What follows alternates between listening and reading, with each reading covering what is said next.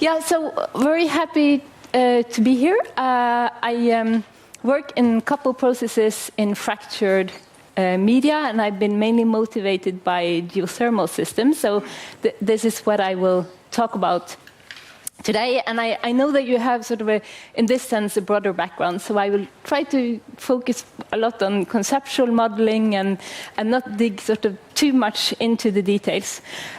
Before I start, I should acknowledge my co-workers. And main co-workers for this work has been Eva Stefansson, Hao Dang-Trung, who are former PhD students and now co-workers at the University of Bergen. Hao started in FMC Technique in Oslo, though. And Eirik is a researcher and close colleague. And I would also like to list some other co-workers who have been central for this talk. So related to geothermal systems and couple processes, I have been interested in couple processes sort of induced by flow and mainly induced by production and injection of fluids. So, well, to produce geothermal energy, you can, if you're lucky and have a hot aquifer, you can drill a well and produce the hot fluid. You get water left over that you can re-inject to get rid of it into the formation. Sometimes this is done in a doublet system to support reservoir pressure. And you can also inject fluid into the system just to stimulate the reservoir to open pre-existing fractures and create new fractures to create distributed pathways through the system and improve production.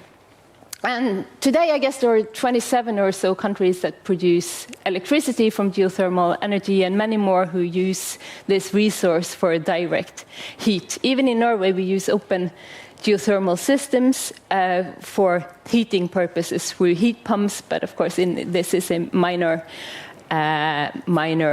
in Norway, although we have a lot of geothermal heat pumps. But these are closed systems, and which is not my focus. Now, for example, when you inject a colder fluid into the subsurface, you change the thermal, mechanical, hydraulical, and chemical state at depth. And this sets off a range of processes. And these processes are coupled. So this means that in this type of systems, when you set off these dynamics, because of these couplings, it's very hard to identify some simple causality. Everything is coupled together. And it's also coupled and it's also very much affected by the structure of the formation. Now, this type of coupled dynamics can result from fluid production and injection, but as we will see later in the talk, we can also have this type of coupled hydromechanical processes just due to natural convection in the system. So this is just a small teaser of what will come next. Now, I have been very interested in how these processes interact with the structure of the formation, and in particular how fractures are deformed as we inject and produce fluids. And I made a schematic just to illustrate this. So we will consider both forced convection regimes and natural convection regimes. So forced convection and with fluid injection and production, and natural convection driven by temperature differences. The way a fracture can deform is that due to shear forces on the fracture, when you change the pressure, the fluid pressure in the fracture, or the thermoporoelastic stresses on the fracture may overcome its resistance to slip and slide. So this is one type of deformation we can have. If we, for example, inject at very high fluid pressure, we can have tensile fracture propagation. So the fracture propagates and opens due to very high fluid pressures. And we can also have a mixture between these mechanisms. So a fracture can slide, and then due to the sliding and increased fluid pressures, we may have these wing cracks propagating at the fracture's tip. And I will start by focusing on this fluid injection scenarios and the deformation of pre-existing fractures. So what happens then? So we have a system where we already have natural fractures. There may be, or typically, large difference between maximum and minimum horizontal stress, so these fractures are under shear forces. And before we inject fluid, we have a stable situation due to friction between these fracture surfaces. Then if we start injecting fluid and the fracture is hydraulically connected to where we inject the fluid, we may increase the fluid pressure inside the fracture. This pushes the fractures a little bit open. It's still closed, but this is enough to overcome its frictional resistance to slip. So the fracture starts sliding, and because of the rough surfaces, if we're in hard rocks, the fracture will, when it slides, also dilate a little bit and open somewhat. And this creates enhanced permeability in the system. So this situation I describe now is typically what we call shear stimulation. And this is done deliberately to improve permeability of geothermal reservoirs. Now, this can happen as directly, so we can reactivate the fault or fracture by this direct connection, but it can also happen indirectly, that we just change the poroelastic loading of the system, and this changes the forces on the fracture or fault and causes it to slip. So it doesn't have to be a direct hydraulic connection to have a deformation. And this happens also on fractures from the small scale to the large fault scale. And of course, if we have slip at high velocities, this is a seismic event that can be detected.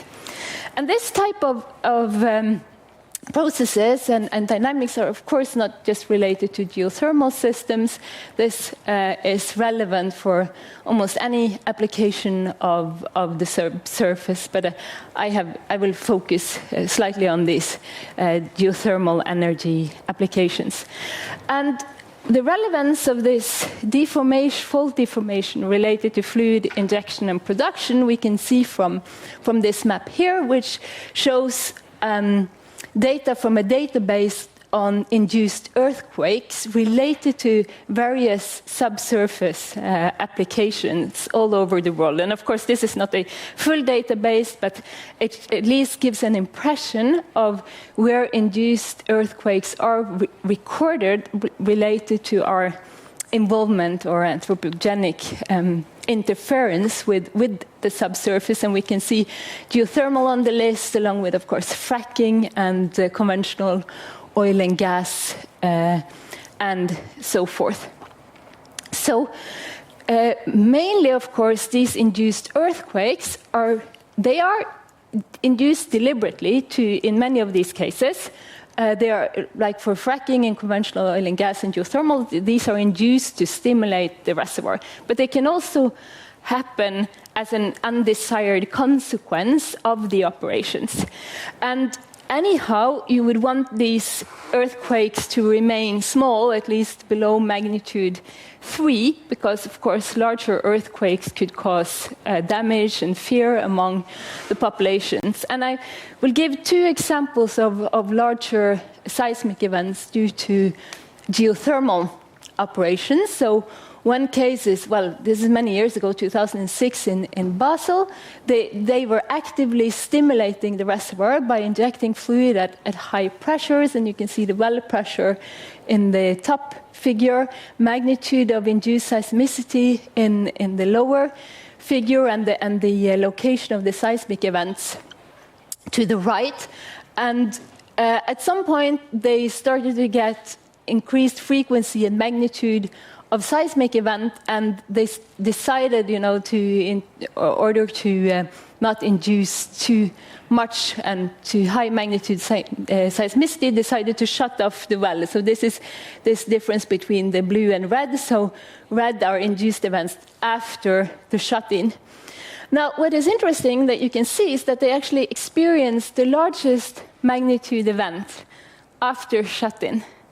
And this says something about the complexity of the dynamics in this system, because you have this propagating pressure front, and also when you shut in the well, you reduce the pressure a bit, but then the fractures may relax and push together a little bit more, and this may push the pressure front even further. So you may get at the rim of the previously stimulated region where you have fractures which are just about to slip. Then this if continued pressure propagation after shutting, in this case, was enough to release a larger event.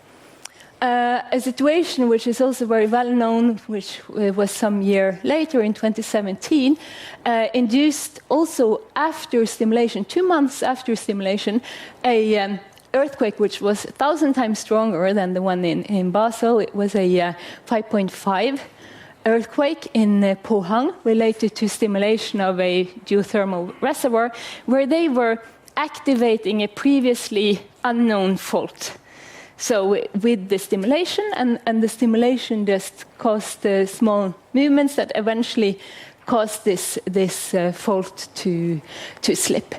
So these are, of course, dramatic cases, and then typically the seismicity is low, but it says something that this is something which needs to be managed and understood and controlled, and it's also difficult in this situation to identify very simple causality, like in the Pohang earthquake. It really sort of disproved this relation between injected volumes and magnitude of the induced earthquake. It showed that the interactions are more complex. So this was related to coupling between hydraulical forces, mechanical or hydromechanical processes, but thermal effects may also play a role, and I just wanted to motivate that with this slide with data from the Hellisheidi geothermal field in Iceland. If you look at the top figure, the blue line shows temperature and the red line shows flow rate, but then, and if you compare that with the lower figure to the right, the red shows the induced seismic events and their magnitude. And what is very interesting is that you can see increased seismicity related to injection of lower temperatures. And this is related when you inject cold water into a very warm system. The cooling of the rock causes the rock to contract a little bit. That reduces the compression or the compressive forces on faults. So, and that again is enough then for the faults to overcome their resistance to sliding and cause seismic and slip and cause seismic events. Can be hypothesized that this is what we see. Of course, we cannot know for sure. Now, I have been very interested in modeling these processes, and we can think of this sort of in a loop. We need to look at the observation data, develop a conceptual model, put that into a mathematical model through physical and constitutive laws. Then we have developed discretization schemes. We have an open source code that we are developing. We run simulations, and mostly our research is related to mathematical model development and development of the code, but sometimes we also put this into application context, and we do prediction or validate our results with observation data. And of course, this can give us insights that make us update our conceptual understanding and so forth. So I will start with the conceptual model. So to model these systems, we need to consider the structure of the formation. And this is a fractured system. And the original fracture porous medium, as you can see to the right in this lower figure, is a very complex structure. So we make a simplification where we say, okay, main deformation is going on along these fractures. We need to have some explicit representation of the dominating fractures, but the rest of the porous medium we just upscale as a porous medium. So that gives us what is called a discrete fracture matrix model, where the matrix is then a porous medium. And this is, of course, one choice. In the literature, and there is also discussed lots of other choices. You could choose to have a very detailed, discrete fracture network model, considering only fractures in an impermeable medium. You could upscale the whole thing to a single continuum model, or you could do this type of multi-continuum approaches. And this is all a competition between the accuracy in the representation of fractures and the accuracy in the representation of the surrounding medium. And this discrete fracture model is type of a compromise. So this figure is from a review paper I wrote with Florian, who is here in the audience a few years ago, so it was nice to show it now. Okay, so this is how we deal with the structure. And then we also need to model the processes. And these are the main processes that go on. I wrote chemical here as well, but in this talk I will not focus anything on the chemistry. We have some recent work on that though. But what makes this tricky is that the processes are highly affected by the fracture structure. So fluid flow is, of course, following this fracture, is highly dominated by this structure. But then also the other way around, the fracture system is affected by the processes. As I talked about earlier, these hydromechanical processes can cause fractures to slip and open. That changes the aperture, which again affects the flow. So there is this interaction going on that we need to deal with. In our models, we have some main components. We consider this discrete fracture matrix model. We represent fractures as codimension one object. So fractures are represented geometrically as surfaces in 3D. The surrounding porous media to the fracture is modeled as a thermoporoelastic medium. And we consider fluid flow in both fractures and matrix. And for the deformation of the fractures, we have a contact mechanics model. So still just pictures and some text. I will come to equations.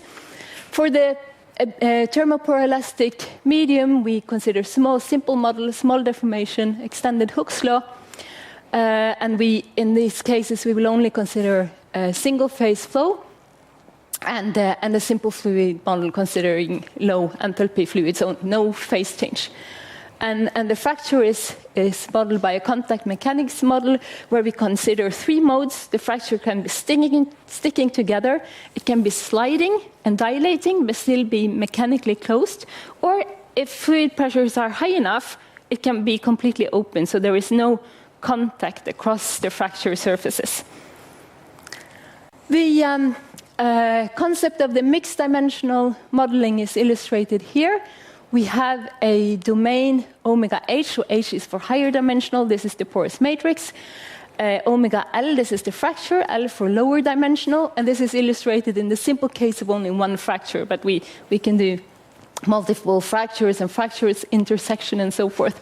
And then we represent the interfaces between the fracture and the matrix, and the equations are now formulated on the different domains. So we have equations in the higher dimensional porous medium matrix, we have equations on the fractures, and we have interface conditions coupling these domains.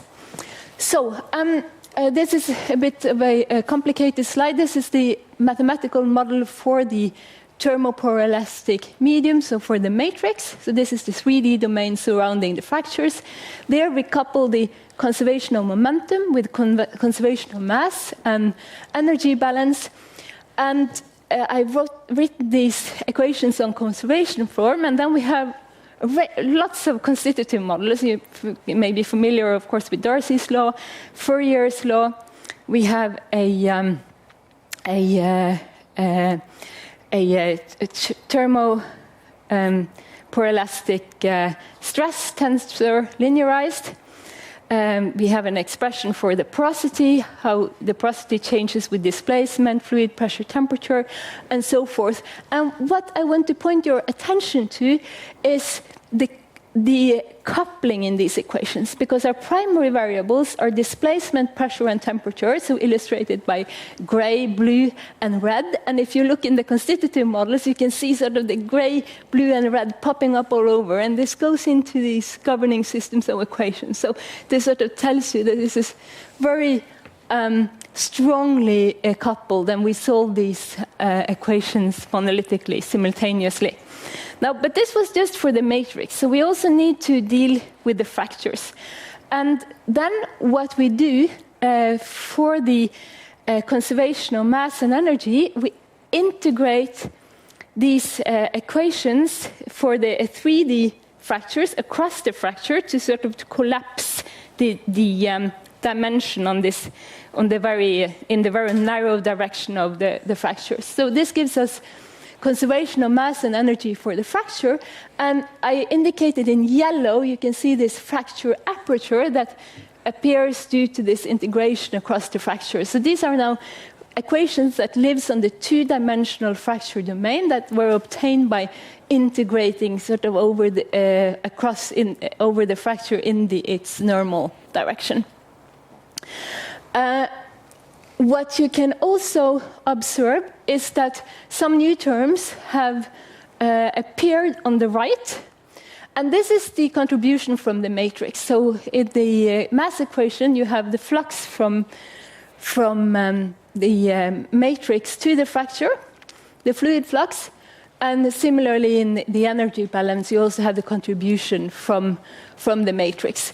And similarly, we have a list of constitutive laws. I just want to point your attention to the fracture permeability.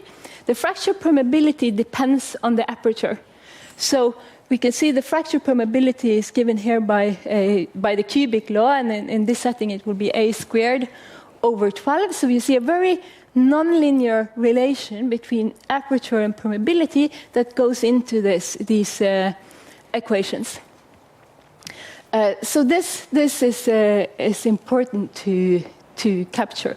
And in the fracture, we have the primary variables pressure, temperature, and we also have contact fraction that I will get back to, and we also have interface variables. And I will, because in the coupling here, we define laws for instance, from the flux from matrix to fracture is given by a Darcy type model. So that would be type of Robin interface condition between fracture and matrix. So the fracture sees the matrix as a source term, and then the matrix sees the fracture as a boundary condition. Now, to the fracture contact mechanics, we have three modes that we need to model: the stick mode, the slip mode, and the open mode. And the stick slip is modeled by a column friction law. The contact, non-contact, this is modeled by a non-penetration condition. And we can see how these different modes appear. For instance, in the stick mode, the shear forces don't overcome the resistance to slip, while the normal displacement given by the jump in U is just the what is called G, which depends on dilation.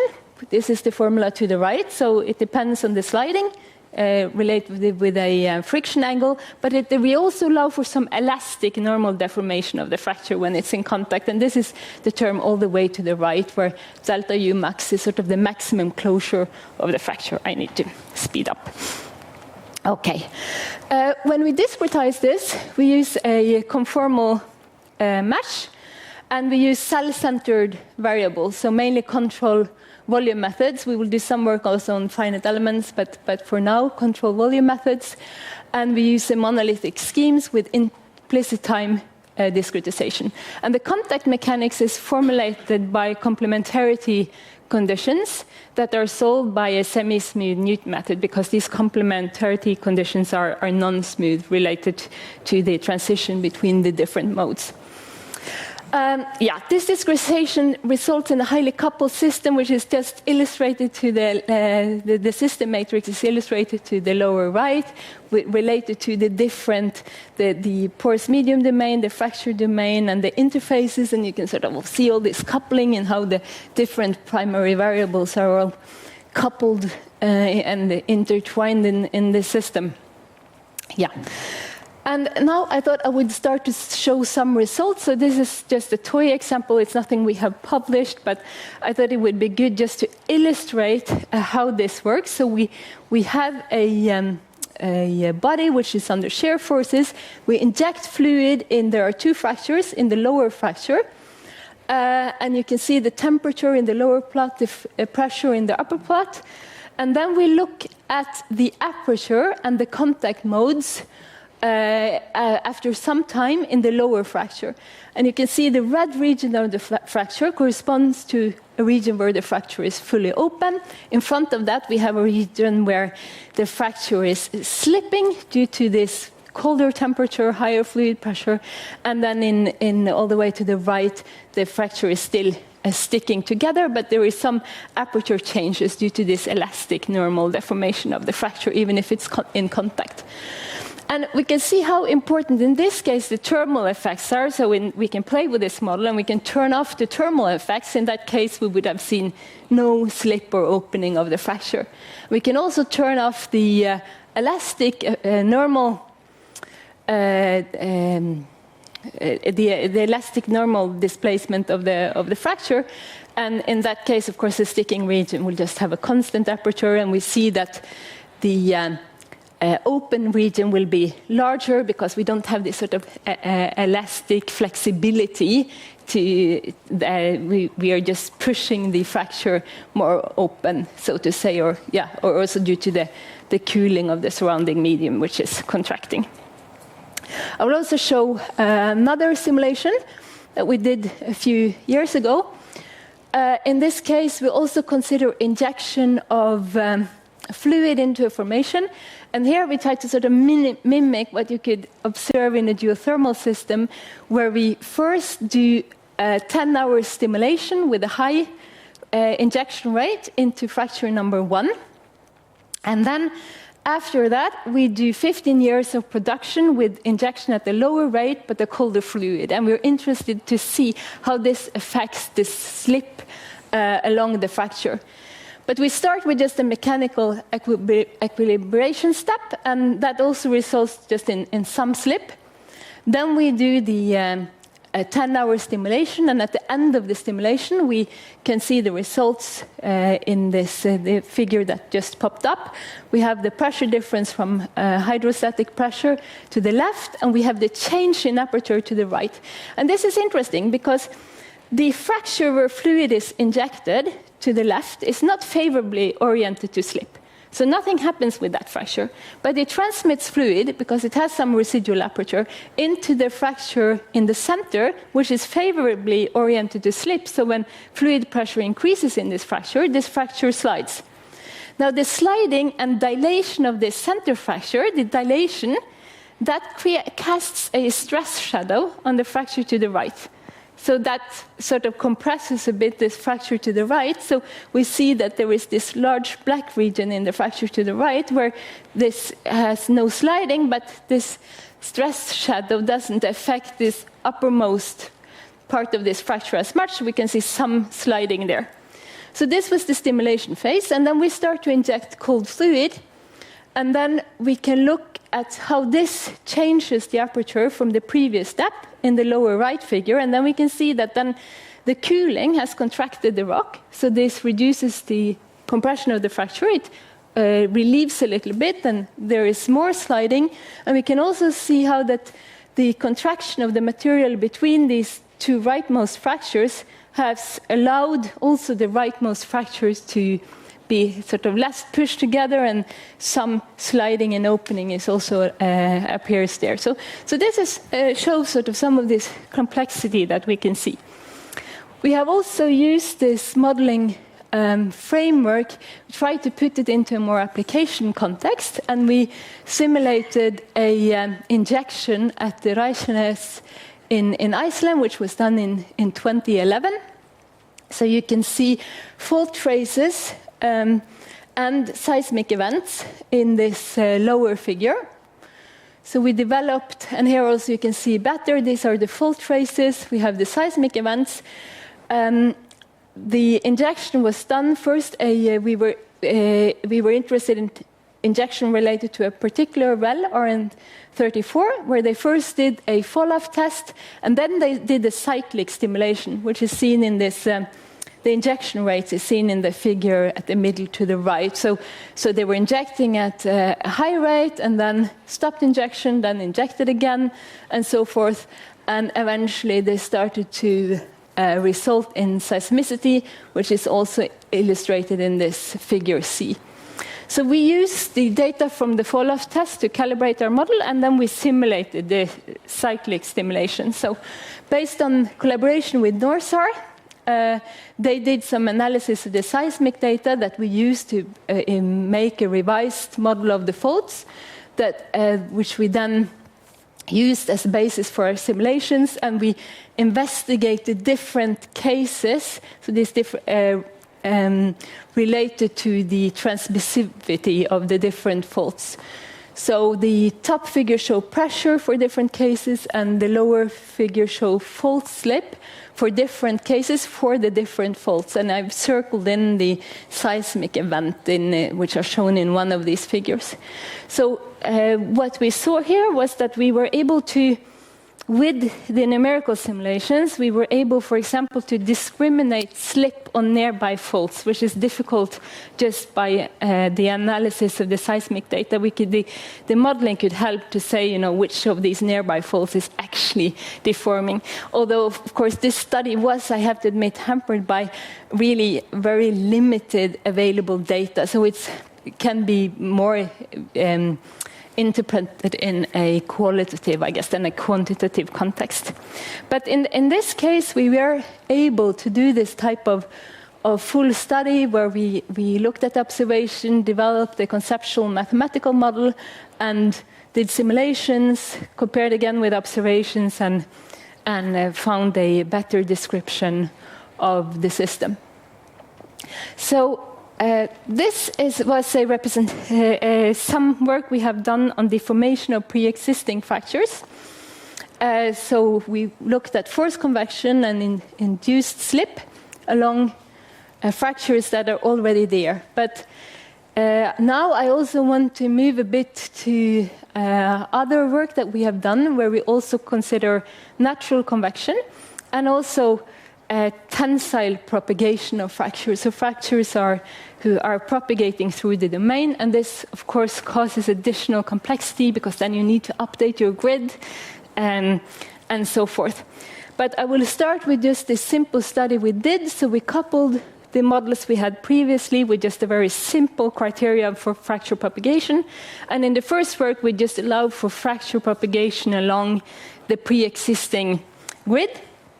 But we could still investigate the thermal stimulation. So fracture propagation as a result of cooling of the formation when you inject cold water into a fracture. So we set up this toy problem with two fractures. We injected in the fracture to the left cold water, and this cooling caused contraction of the rock, tensile opening of the fracture, and propagation in the direction of the production well. So this is one case where you have sort of forced convection, thermal effects, and fracture propagation. Now, we have also been interested in this coupling between natural convection and deformation of rock. So I just want to also say a little bit about this case, because in deep geothermal systems, there needs to be heat flow from for example, from a hot magma intrusion and into the reservoir. And it has been shown that hydrothermal convection occur quite deep in these systems. But there has been a question how to explain the sustainability of these geothermal systems in regions where you have also, for example, a low intrusiveness of the magma. So in that case, you have a layer between the magma and the hydrothermal system, and conduction of heat alone through this layer is not sufficient to explain the heat transfer that you're observing. So it was hypothesized that there has to be some contact between circulating fluid and hot boundary rock over the lifetime of the geothermal systems. But the question is, how can you explain this type of contact? And what was hypothesized in the early 70s is that, well, you have the hydrothermal reservoir with convectional fluid, and this causes cooling that causes the rock to contract and fractures to open and propagate downwards. So you have a vertical fracture, you have circulating fluid that sort of gradually cools this fracture, and because of then the contraction of the surrounding rock, this fracture propagates downwards and sort of keeps a good contact between the hot rock below and the hydrothermal system above. And this can explain sustainability and heat transfer at rates that are higher than pure conduction, and could explain again the sustainability of these systems that are observed. So this was hypothesized in the 70s, but as Lister in his article in 74 commented, he says, obviously we're here dealing with an extremely complex problem of elastomechanical hydrodynamical interaction that defies any exact mathematical description. So this is a highly coupled problems which in the 70s they were not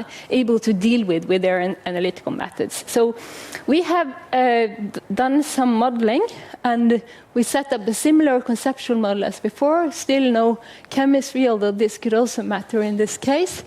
And we consider fractures as two-dimensional. We set up this toy problem where you can see 5 vertical fractures, and we simulated thermopore-elastic rock deformation and the propagation of fractures and fluid flow in the entire system. So this is at the top of the system is then set at 2,600 meters depth. It's, lots of parameters that go into this. This shows the temperature after some time, and you can see how the system has cooled and how the fractures have I think you should try to keep your hair away. Propagated. Oh yeah, sorry, it's too much hair.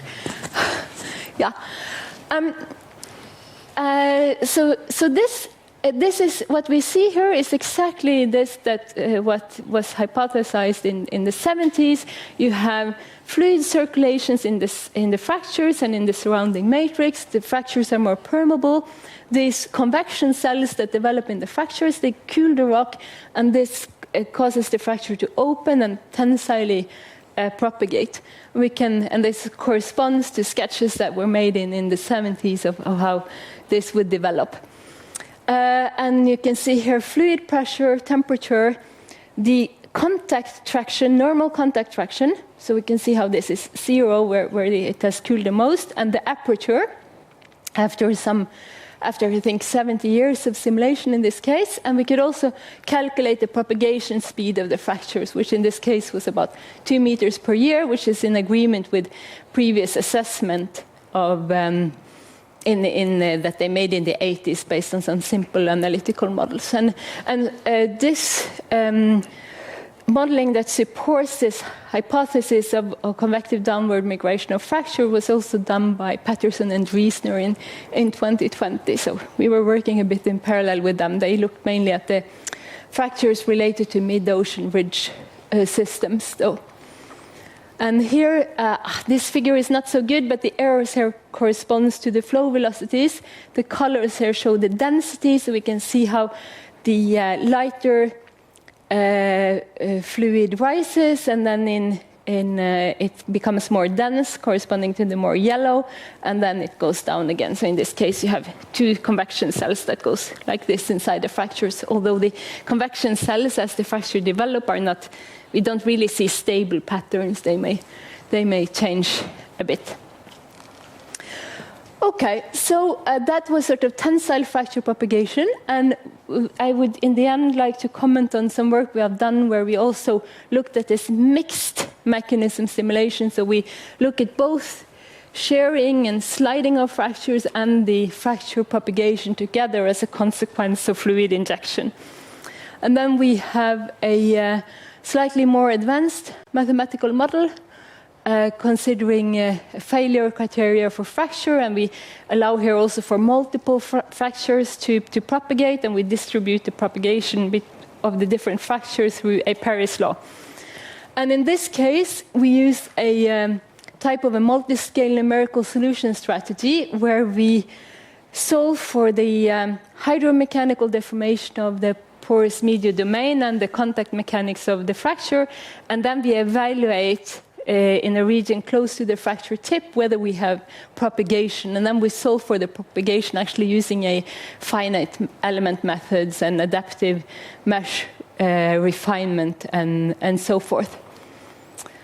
So for the full-scale problem, we use similar methods as before. For the fracture propagation, we use finite elements with P2 elements and collapsed quarter-point elements at the tips, and where we use a propagation criterion based on stress intensity factors that are calculated from a displacement correlation methods. And also Hao Trong-Dang, who is a PhD student who did this, he spent a lot of work on implementing also the adaptive remeshing to account for the fracture propagation. So we can look at just how this works. We have injection into a small fracture in the center of the fracture. This injection causes the fracture to slide, but it remains closed because it's not due to the way it's oriented in the stress field, it's still compressed together. But at the tips of this fracture, we see these wing cracks, tensile wing cracks developing. And we have also investigated how, you can play with these models and see, for example, the effect of the permeability of the porous matrix on the fracture propagation. So in this case, we considered a situation with two fractures. We inject in this vertical fracture, and then we look at the propagation. And the vertical fracture does not propagate because it's not due to its orientation, but it transmits fluid into the more horizontal fracture, which first starts to slide due to the increase of fluid pressure, and then it opens. And to the right, we have this blue region. This region has a higher permeability in the y directions. We have an anisotropic permeability field, and it has a little bit higher permeability in the y direction. So we can see that when the fracture tip reaches this region, in the figure in the center on top, this reduces the propagation because we have leakage.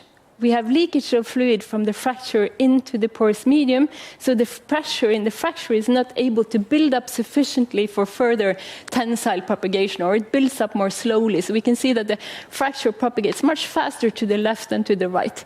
And in the lower row of results, we have a similar situation, but in that case, we reduced a little bit the permeability in the y direction of this blue region, and then we see that the fracture propagates longer as expected, because we then have, compared to the situation on the top, we have less leakage. So this is sort of, you can play a bit on how the physics plays together with these simulations. We also did a simulation where we looked at multiple fractures, and there we see also some interesting dynamics. The colors here represent the fluid pressure. We can see in the beginning, we inject into this horizontal fracture. It immediately starts to open. The fracture to the right starts to shear because of its orientation. Then when fluid moves into at some point, the forces on the fractures to the right are such that it starts to slide, and then it also opens, and that reduces the fluid pressure. So this is what we see in the figure to the upper right. And then eventually this starts to, the splay cracks or ring cracks start to develop from the fracture to the right. And we can also see how the formation of these different fractures affect each other. So this is a simulation that shows which is interesting, related to stimulation of geothermal reservoirs, because it shows that we can enhance this interplay between opening and shearing of existing fractures and fracture propagation that can create new flow paths and connect pre-existing fractures. This can increase overall permeability and fluid flow in the reservoir. Okay, so this was my last slide of results, so I just have one slide in the end to sum up a little bit. So we have looked at a couple processes and this process structure interaction that I want to stress, the deformation of the fractures related to the couple processes and how this interplay works. That is rather complex and not possible to quantify if you don't have this type of coupled models. And this is also, I have not discussed that, but of course this puts some requirements on solvers and discretization schemes and so forth, because these very tight couplings can be impossible to grasp if you consider, for example, just purely sequential solution strategies, first doing flow with one code and then geomechanics with another code and try to couple this together. This can soon, I mean, you may see some results, but you may not have been able to capture this correctly. Of course, these tools have many limitations based on modeling assumptions, etc. And also we saw related to when we try to put this into an application context that there is a very limited availability and uncertainty of data that makes, for example, talking about prediction in this context not really possible, but we can still look at important mechanisms and forecast sort of causality and look at how the interplay, although it's difficult to make predictions. I want to say that all the results I showed for this talk, they are done by this open source tool PorPy that we develop in our group. We actually just published or on arXiv a paper on that tool yesterday, in case you're interested. So we're along with this modeling work. There is also lots of software development, which is mainly done by my PhD students and colleagues in Bergen, and which is also a huge task. But all run scripts, etc., also for these examples, are openly available, typically on Zenodo, linked to the papers. So with that, I want to thank you for your attention, and I'm happy to take questions.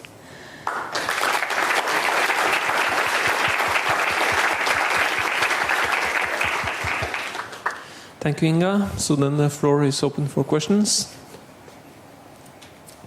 Start here. Thank you, Inga, for the very nice overview talk. I have plenty of questions, but in the interest of the conversation here, I would keep it short to one. Essentially, when you're representing the fractures by a subdimensional object, at the interface between the volume and the surface, it potentially turns into a proper multi-scale problem, right? Like kind of diffusive processes or so. So at some point, you might struggle to represent the value or the field in the bulk by just an averaged value to get the transfer processes. Yeah. Correct.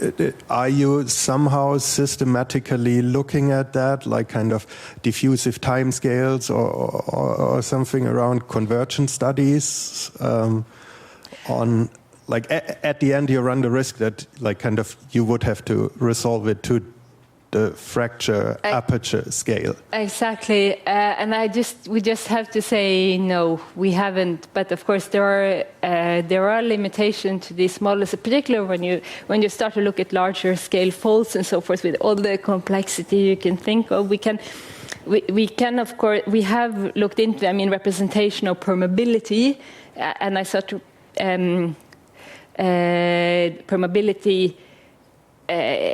More advanced representations of permeability related to the interface and so forth. This we can do, but I think in the end, there is to the models we're using now. You have this limitation, but as long as you're thinking that okay, these are very narrow structures in a rather big domain, and that these processes you're talking about, they're sort of secondary to whatever else is going on. This is sort of the assumptions that we have made. If you can separate the processes, so like if they have time scales, so that like for the coupling, one process can be settled before you look at. But like if the interplay, if the time scales of the processes overlap. And also, I mean, and this I didn't say, for the mechanics here, we consider a quasi-static model. We don't consider dynamics. So we have made quite strong simplifications related to that. So we're not resolving the slip event and the velocity of the slip and so forth. So these are also, this is, I think, an example where you have timescales that starts to become important that we have, we are not looking into. But we are, this is a different story, but we are working on more advanced friction models with rate and state models for friction, for example. This was just a simple column law with constant friction coefficient. And then these different timescales starts to appear. Okay. I'm Emil Kerswash from Lisbon University, and thank you for a very nice and interesting presentation. This is not my field, but I feel it fascinating, and maybe my question looks a bit naive, but this is the question. In a real case study, when you study production of a geothermal field, you do this simulation, you simulate fraction network, afterwards you simulate the fluid dynamics, fluid and thermodynamics, you obtain a response, compare with the observed data, which is the production, okay? And my question is, what do you normally do? You close the loop and go back to fracture modeling, or what? This is my question. I mean, I think this is how a lot of modeling work should work, at least related to applications, that you try out some model where you look at the data. You may see that there are features that you've not grasped, maybe there are some structures that you need to, and you also get new, along with this process, if you do this real time, you also get new data all the time, which calls for revisiting your model, for instance, related to fault properties, etc. So this should be a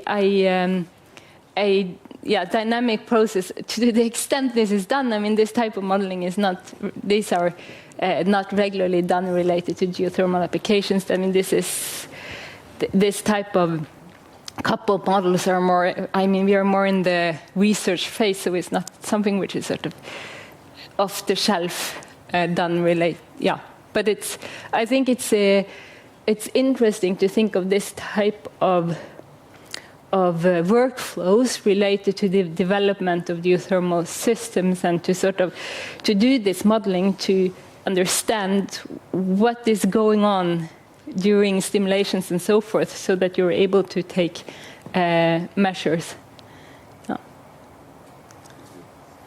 Okay. Hi.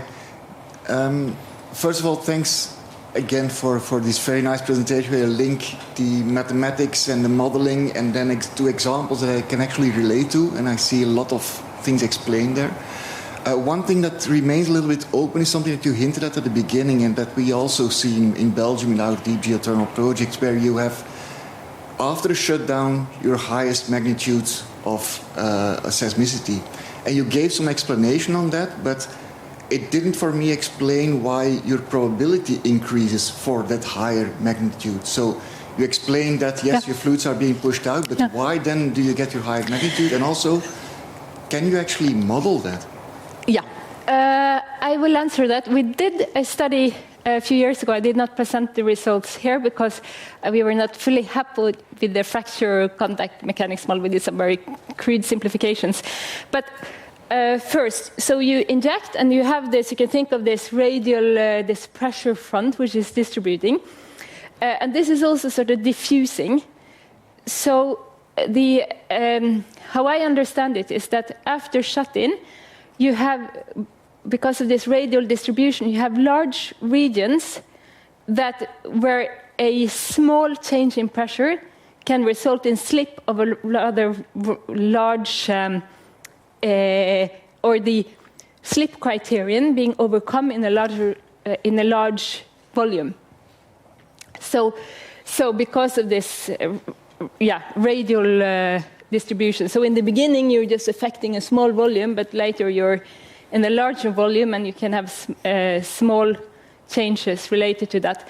Now, what we investigated a few years ago was that and this is why we've been interested in this elastic normal deformation of the fracture, because you can think of a fracture, you stimulate, it slides, it dilates, and then it's still, even if it's in contact, it's pushed open a bit by the fluid pressure. So when you reduce the fluid pressure, the fracture is also closing, and this pushes fluid further out in the reservoir and supports this pressure propagation. So then you have a combination of fluid being pushed further in the reservoir and continued pressure diffusion, just because of time, that can cause these larger areas to be activated.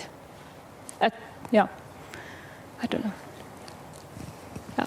So thank you very much for this very interesting introduction into your field. I wonder, so in my fields, we are often very much into the uncertainty of things. So, and I see here stochastic geometry of fractures, the geostatistical fields of thermodynamic, of thermal mechanical properties, of hydrogeological properties, the fractalities of the fracture systems. And I wonder what the uncertainty about that might play a role in your field. Yes, I would just say yes. It does, to a very large extent. Of course, these models, I mean, we are in these sort of research codes, and these codes are rather heavy. We have not put this into a framework where we do sort of many realizations and account for uncertainty. I mean, this would be interesting. It's highly relevant. And as I said, based on the models we have now, we cannot talk about predicting anything, because these locations of the fractures are very uncertain. So ideally, for the future, you would have to integrate these models with uncertainty assessments. No. But I think even if I think it is still challenging, because there are so many uncertain data related to the subsurface and these and especially fracture networks and so forth. So I think that. To think that you can do full predictions with uncertainty analysis for this type of processes, I'm not sure. I think the right people are here. Maybe you can have a different opinion, or maybe I'm just not optimistic enough. Yeah. So I'm not asking about uncertainties then. Thanks a lot, Inga, as well, for the fantastic overview. I have a question for the slip. You mentioned, of course, the fracture roughness basically as an important aspect for the dilation, and I didn't see this in the equations. But then, of course, after stimulation, the fractures remain open somehow. So my question is a bit: do you actually look at fracture roughness? Do you look at actual models of fracture roughness, or is this implemented at the moment in a kind of like a simplified model? It's now it's implemented through this dilation angle. So this tells you how much the fracture will open related to slip distance. So this is just a dilation angle, but that would depend on fracture roughness. Yeah. There's all this work that Thomas Kohl and so on, they do on like characterizing fracture roughness in some detail and the effect on flow. Yeah. But we don't, and for the flow, we don't. I mean, there is, of course, lots of complex heterogeneities on the fracture surfaces. We allow for spatially varying aperture, but we're not really looking into into the details of the fracture roughness. We did some work actually some time ago looking at how the sliding affects the aperture and upscales into an anisotropic permeability on the fracture plane, because the fracture, when it slides, it gives preferential, the sliding occurs in roughness that gives preferential flow directions, so forth. But these are additional complexities. Hello. Hello, Professor Berre. I come from China, Science University, and my work is related to hydrothermal system modeling. Exactly, is magmatic hydrothermal modeling. So I think your talk is very impressive and make us to physically understand the geological process. So I have 3 questions. The first one is that do you, in your model, do you consider that the cooling process of such a magma chamber, and they will produce fractures in the shell of this magma chamber? The second question is that have you considered in your model that the petrophysics isotropic, I mean that probably the mechanical properties of different rocks, they are totally different. For example, sandstone, limestone, something like that. So, can you model the complexity, something like that? The third one is that did your model can extend to large scale? I mean, most of your case studies is one or a couple 2 fractures. I mean, there are many fractures in your model. Can you extend your models to see such cases or situation? Yeah. Thank you. Okay, many thanks. So I'll start with the last question first. And for now, in theory, the modeling framework, these mathematical models, they can also be extended. Of course, then in practical situation, you would have to think about upscaling of this. You would need to decide which fractures to model deformation, which to upscale and just represent by evolving permeability of the medium, for example. Right now, we are not able to do very complex models. This becomes very large couple systems, and we are doing work on solvers now to try to be able to do larger problems. But for now we are in this more toy problem situation. And when it comes to also the coupling between fracture propagation, sort of with this adaptive remeshing and so forth, and deformation, this is only 2D. For now, so we have been more interested but I think this at least represents sort of a first stage. But there is also, especially when you have this fracture sliding opening, how do you upscale this? It's not straightforward. You can then you need to make some simplifications related to permeability and so forth, but and how this depends on there are some fluid pressure, but there are also other mechanisms coming into play here, so it's not a straightforward upscaling problem.